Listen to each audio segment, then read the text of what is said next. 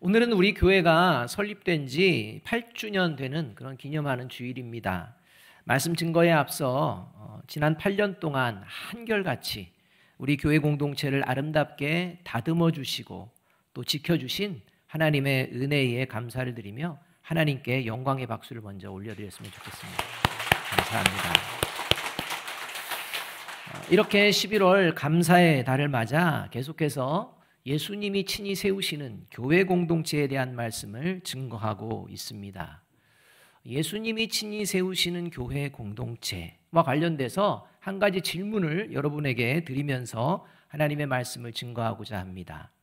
여러분, 우리가 살아가는 이 지구상에 예수님이 세우시는 교회 공동체는 몇 개 정도 있을까요? 자, 우리가 살아가는 이 지구상에 예수님이 세우시는 교회 공동체는 몇 개 정도 있다고 여러분 생각하십니까? 1번 무수히 많다. 2번 오직 하나다. 여러분 몇 번입니까? 정답은 예수님이 세우시는 교회 공동체는 오직 하나입니다. 사람들이 건축하는 예배당은 무수히 많습니다. 그러나 예수님이 세우시는 교회 공동체는 이 지구상에 오직 하나입니다. 이것을 여러분 잊어버려서는 안 됩니다.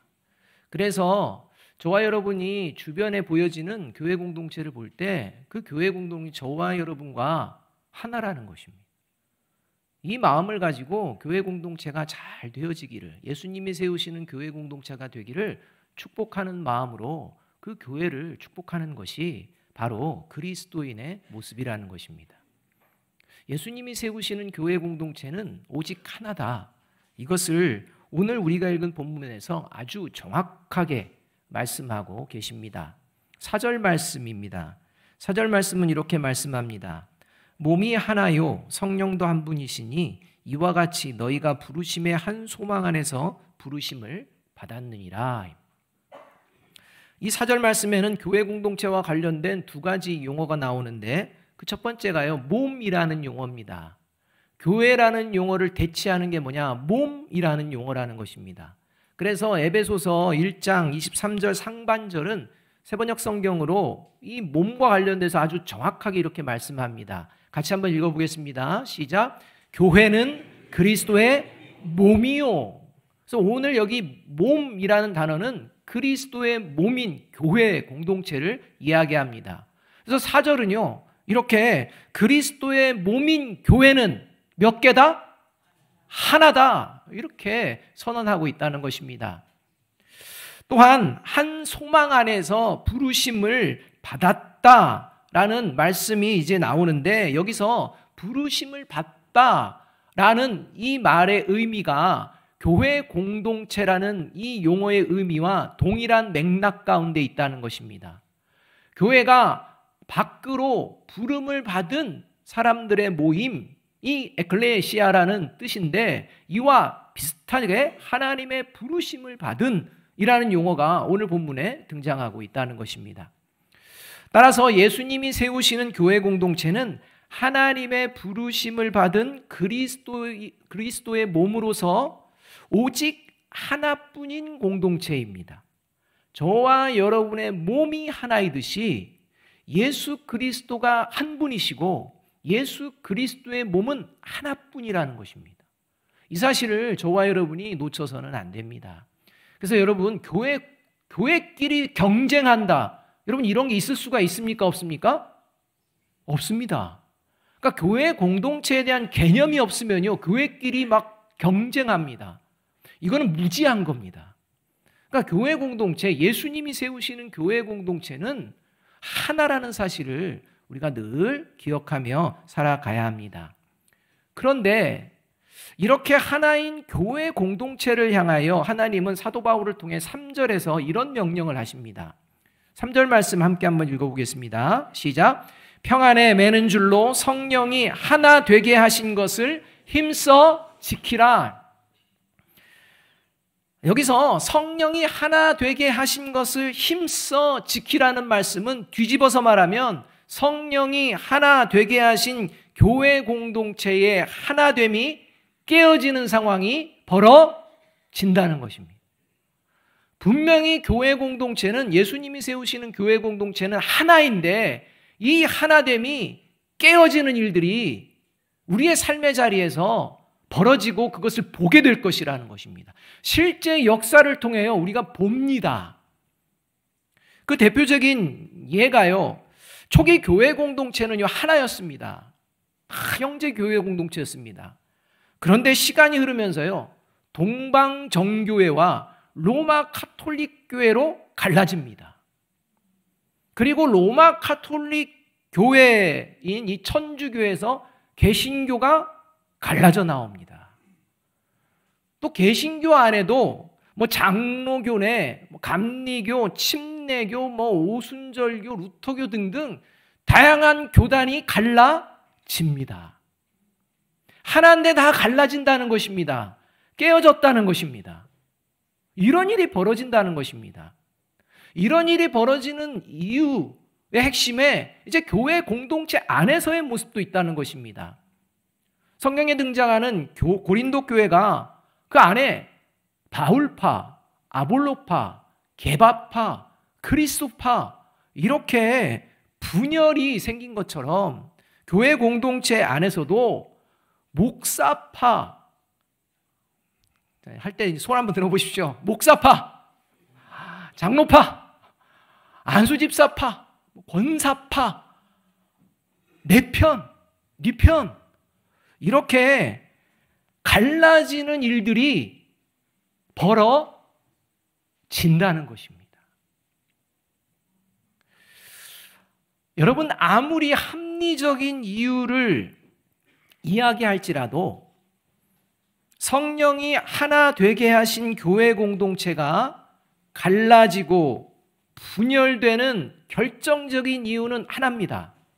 뭐 아무리 합리적인 이유를 대도 말입니다. 갈라지는 이유는 딱 하나입니다.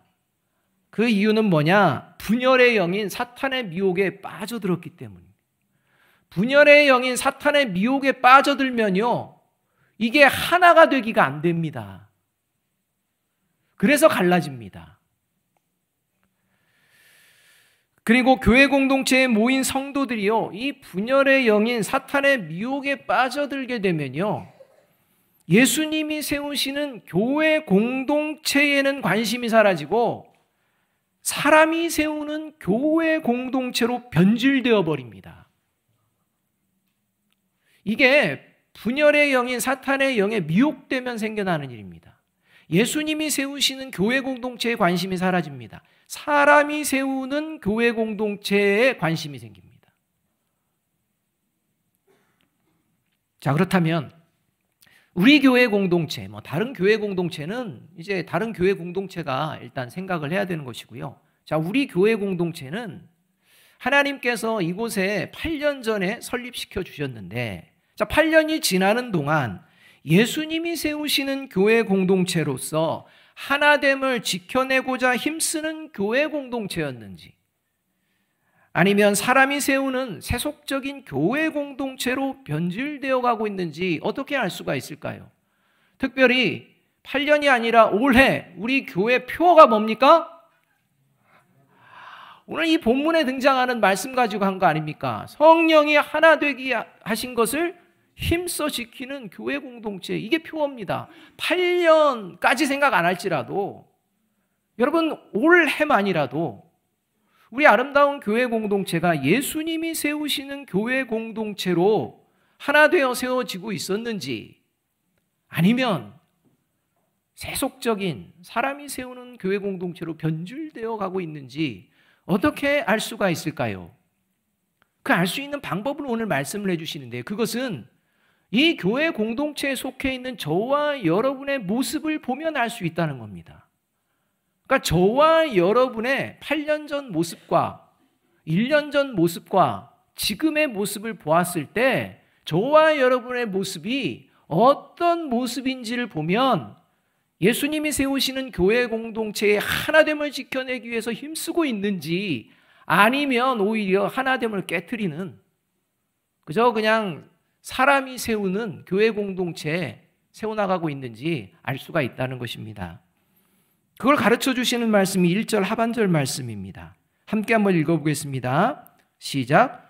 여러분은 부르심을 받았으니 그 부르심에 합당하게 살아가십시오.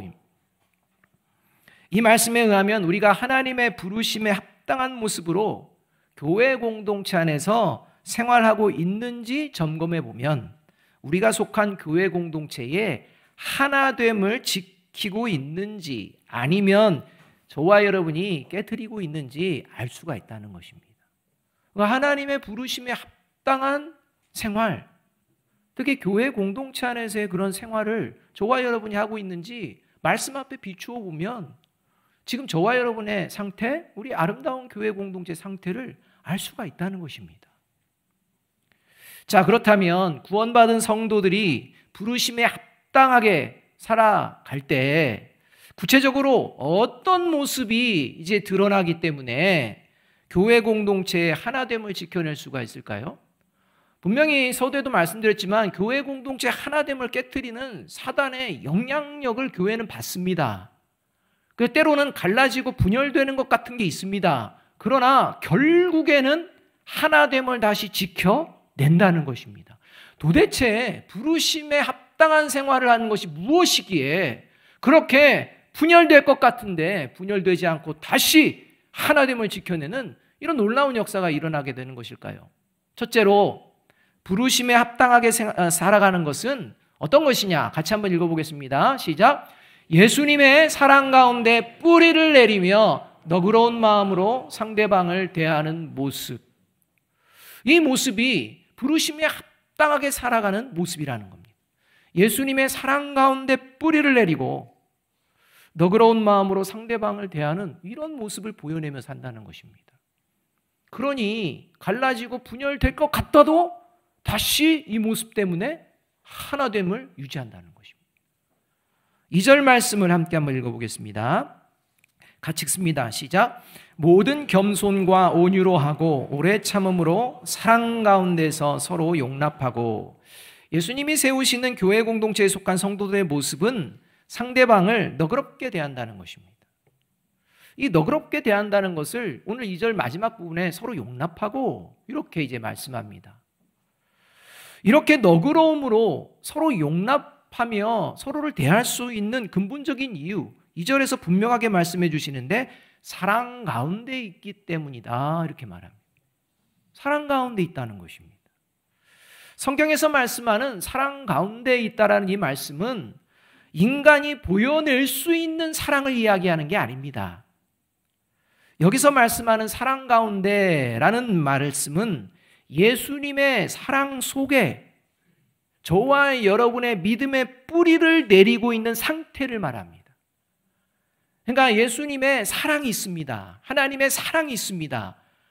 그 풍성한 그 사랑 가운데에 저와 여러분의 믿음의 뿌리가 내려지고 있는 상태, 이게 사랑 가운데라는 말씀이라는 것입니다. 그래서 오늘 본문 말씀 바로 앞부분에 있는 에베소서 3장 17절과 18절은 이렇게 말씀하고 있는 것입니다. 믿음으로 말미암아 그리스도께서 너희 마음에 계시게 하시옵고 너희가 사랑 가운데서 뿌리가 박히고 터가 굳어져서 능히 모든 성도와 함께 지식에 넘치는 뭘 알고? 그리스도의 사랑을 알고라는 것입니다. 저와 여러분이 가지고 있는 사랑이 아닙니다. 그리스도의 사랑을 알게 된다는 것입니다. 이 말씀에서 그리스도의 사랑 가운데 뿌리가 박힌다는 것, 이것은 교회 공동체에 속한 성도 한 사람, 그래서 모두가 그리스도의 풍성한 사랑 속에 뿌리를 내려서 이제 그 뿌리를 통해 그리스도의 사랑을 빨아들인다는 것입니다.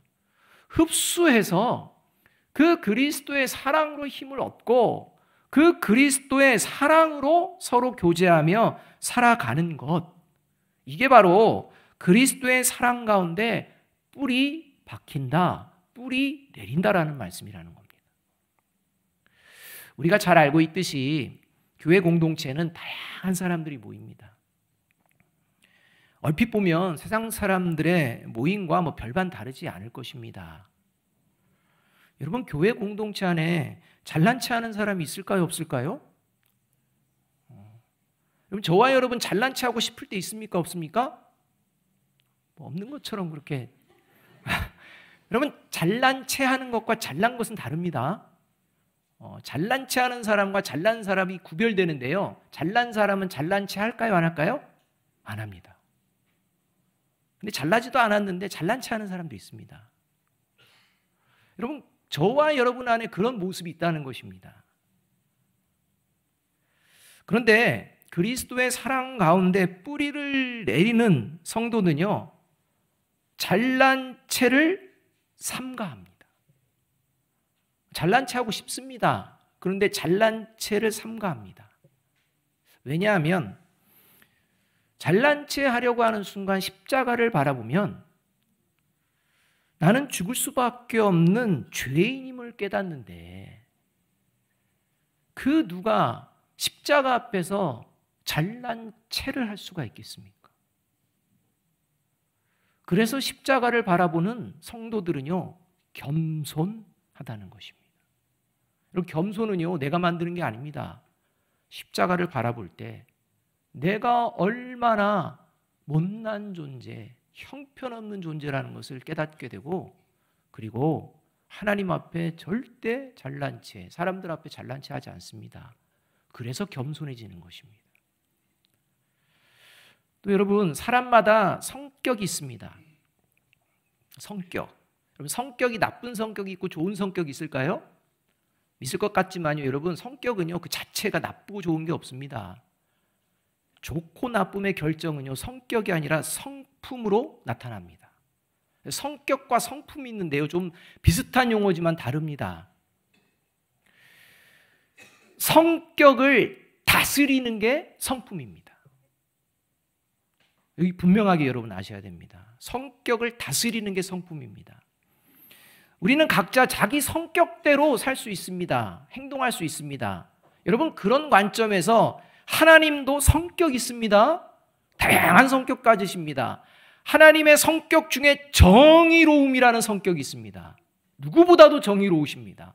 자, 하나님이 정의로움의 성격대로 행동하신다면 저와 여러분 여기서 살아남을 자가 있을까요? 없을까요? 없습니다.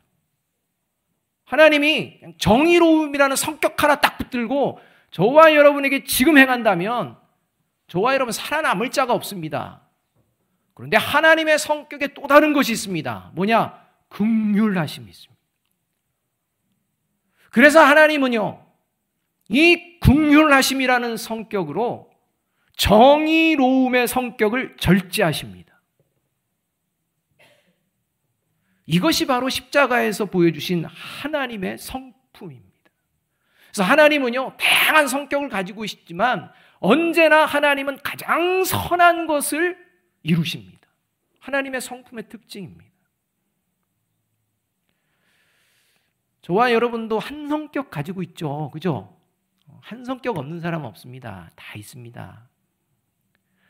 그러나 그리스도의 사랑 가운데 뿌리를 내리고 있는 성도는요, 한 성격 나오려고 할 때 십자가를 바라봅니다. 그리고 십자가에서 보여주신 하나님의 성품으로 자기 성격을 절제합니다. 그것이 온유입니다.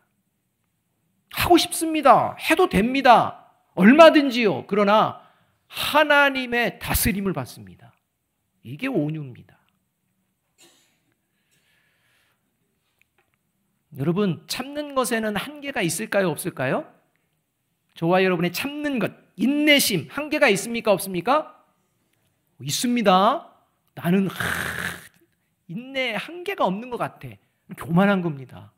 누구든지요, 뭐 정도의 차이는 있지만 누구든지 참는 것에는 한계가 있습니다. 한계를 넘어서면 참을 수 있습니까? 없습니까? 없습니다. 그게 정상입니다. 죄성을 가진 인간 정상입니다. 내가 참을 수 있는 한계를 뛰어넘으면 참을 수가 없게 행동하는 것이 모든 사람이 가지고 있는 정상적인 행동이라는 것입니다. 그런데 그리스도의 사랑 가운데 뿌리를 내리고 있는 성도는요, 내가 참을 수 있는 한계를 넘어설 때 특별한 행동을 합니다. 어떤 행동을 하느냐? 십자가를 바라봅니다. 도저히 못 참겠습니다. 그때 십자가를 바라봅니다. 그리고 내가 죄인 되었을 때, 원수 되었을 때, 지금도 하나님 앞에 불의할 때 여전히 참아주시는 하나님의 인내를 바라봅니다. 그래서 그 인내로 내가 참을 수 있는 한계를 조금 더 넘어섭니다. 이게 오래 참음입니다. 여러분, 물리적으로 오래 참고 이게 아닙니다. 내가 참을 수 있는 한계까지 왔을 때 내 능력으로는 더 참지 못할 그 순간 십자가를 바라보며 나를 여전히 참아주시는 그 하나님의 인내하심을 바라보며 그 하나님으로 말미암아 조금 더 참을 수 있는 것, 이것이 오래 참음이라는 것입니다. 이 능력이 예수님이 세우시는 교회 공동체 안에 있는 성도들에게 있다는 것입니다. 따라서 예수님이 세우시는 교회 공동체는 이렇게 그리스도의 사랑 가운데 뿌리를 내리며 살아가는 성도들로 인해서 겸손과 온유와 오래 참음으로 서로를 너그럽게 대하는 모습을 많이 볼 수 있을까요? 못 볼까요? 대답대로 부탁드립니다.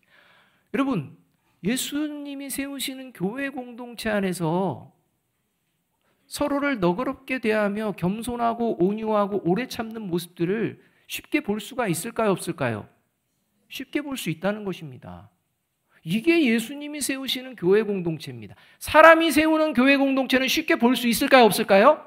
없습니다. 없습니다. 왜요? 자기 힘으로 세우니까요. 안 됩니다. 그래서 예수님이 세우시는 교회 공동체에 속한 성도들의 모습을 위하여서 예수님은요, 하나님 아버지께요, 십자가를 지시기 전에 간절하게 기도하십니다. 예수님이 세우시는 교회 공동체, 이 교회 공동체에 속한 성도들은 이러한 모습이고 이러한 이유 때문에 이렇게 하나 되어서 세워질 수 있습니다. 그렇게 이루어 주시옵소서라고 예수님이 하나님 아버지께 기도했다는 것입니다. 그리고 그 기도는 반드시 이루어집니다. 그래서 세워진 게 예수님이 세우시는 교회 공동체입니다. 그 예수님이 기도하신 교회 공동체, 그게 요한복음 17장 21절과 26절 말씀입니다. 전체를 다 읽을 수 없어서 처음과 마지막 부분을 함께 읽어보겠습니다. 자, 예수님이 세우시는 교회 공동체의 특징 같이 한번 읽어보겠습니다. 시작. 아버지께서 내 안에 계시고 내가 아버지 안에 있는 것과 같이 그들도 하나가 되어서 우리 안에 있게 하여 주십시오. 그래서 아버지께서 나를 보내셨다는 것을 세상이 믿게 하여 주십시오. 나는 이미 그들에게 아버지의 이름을 알렸으며 앞으로도 알리겠습니다. 그것은 아버지께서 나를 사랑하신 그 사랑이 그들 안에 있게 하고 나도 그들 안에 있게 하려는 것입니다. 교회 공동체가 세상의 공동체와 구별되는 것은 교회 공동체에 속한 성도들은 예수 그리스도의 사랑 가운데에 믿음의 뿌리를 내리고 있기 때문입니다. 바라기는 잘난 체하고 싶을 때, 내 성격대로 막 행동하고 싶을 때, 더 이상 참지 못할 것 같을 때 십자가를 먼저 바라보며 예수님의 사랑 가운데 더 깊이 뿌리를 내림으로 겸손과 온유와 오래 참음으로 서로를 너그럽게 대하는 저와 여러분이 되시기를 주님의 이름으로 축복합니다. 그리할 때 교회의 하나됨은 지켜냅니다. 그렇게 마음을 가지고 살아내는 존재가 바로 부르심에 합당하게 살아가는 모습이라는 것입니다. 둘째로 부르심에 합당하게 살아가는 것은 어떤 것이냐, 어떤 모습이냐, 함께 한번 읽어보겠습니다. 시작. 나의 능력을 신뢰하지 않고 매 순간 성령의 도우심을 의지하며 하나님의 말씀의 능력으로 살아가고자 힘쓰는 모습. 부르심에 합당하게 살아가는 성도들은요, 내 능력, 내 생각 이것으로 살아가는 것이 아니라 하나님의 말씀의 능력으로 살아갑니다. 그래서 언제나 성령의 도우심을 의지한다는 것입니다. 3절 말씀 다시 한번 읽어보겠습니다. 같이 한번 읽어봅니다. 시작. 평안에 매는 줄로 성령이 하나 되게 하신 것을 힘써 지키라. 이 말씀을 보면요, 교회 공동체에 속한 성도들이 하나 될 수 있는 것은 성도들이 각자 하나 될 수 있는 능력이 있어서, 그리고 성도들이 각자 하나 될 수 있는 노력을 했기 때문에 교회 공동체가 하나 된 것이 아니라 처음부터 성령님의 능력으로 하나가 되었다는 것입니다. 그러니까 저와 여러분이 노력해서 하나가 된 게 아니라 이미 성령님을 통해 하나가 되게 하셨다는 것입니다. 그리고 성령님께서 이미 하나가 되게 하신 교회 공동체를 이제 지키는 것, 하나됨을 유지하는 것, 이것이 바로 부르심에 합당하게 살아가는 성도들의 모습이라는 것입니다. 그래서 성령이 하나 되게 하신 것을 힘써 지키라 말씀하고 계십니다. 그리고 성령이 하나 되게 하신 것을 힘써 지킬 수 있는 방법도 가르쳐 주시는데, 그 방법이 평안에 매는 줄을 끊어지지 않도록 하라는 것입니다. 그러니까 성령이 주시는 평안에 매는 줄, 이 줄로 하나가 되도록 계속 붙잡고 있어야 되는데, 어떤 존재가 등장하느냐? 이 평안에 매는 줄, 이거를요 끊어버리는 존재가 있다는 것입니다. 끊어버리려고 하는 존재가 있다는 겁니다. 그러한 마음이 저와 여러분 안에 생겨나면 그건 위험하다는 것입니다. 그렇기 때문에 저와 여러분이 지금 내가 평안에 매는 줄을 끊으려고 하는 건지 아니면 잘 붙들고 지키려고 하는지 돌아보아야 한다는 것입니다. 그렇다면 이 평안의 줄은 뭘 말씀하시는 걸까요? 우리가 성경 말씀에서 그 단초를 찾아볼 수가 있습니다. 잠언 1장 33절 말씀 함께 한번 읽어보겠습니다. 시작. 오직 내 말을 듣는 자는 평안히 살며 재앙의 두려움이 없이 안전하리라. 자, 시편 119편 165절 말씀 또 한번 읽어봅니다. 같이 읽습니다. 시작. 주의 법을 사랑하는 자에게는 큰 평안이 있으니 그들에게 장애물이 없으리라. 따라서 교회 공동체를, 성도들을 하나 되게 하시는 이 평안에 매는 줄, 그게 이 말씀에 의하면 무엇입니까? 살아계신 하나님의 말씀이라는 겁니다. 다른 게 아닙니다. 저와 여러분이 살아계신 하나님의 말씀을 꽉 붙들고 있느냐, 아니면 살아계신 하나님의 말씀을 어기려고 하고 있느냐, 끊어버리려고 하고 있느냐, 돌아보아야 한다는 것입니다. 여러분, 죄의 속성은요, 하나님의 말씀을 붙들려고 할까요? 끊으려고 할까요? 끊으려고 합니다. 어기려고 합니다. 이게 죄의 속성입니다.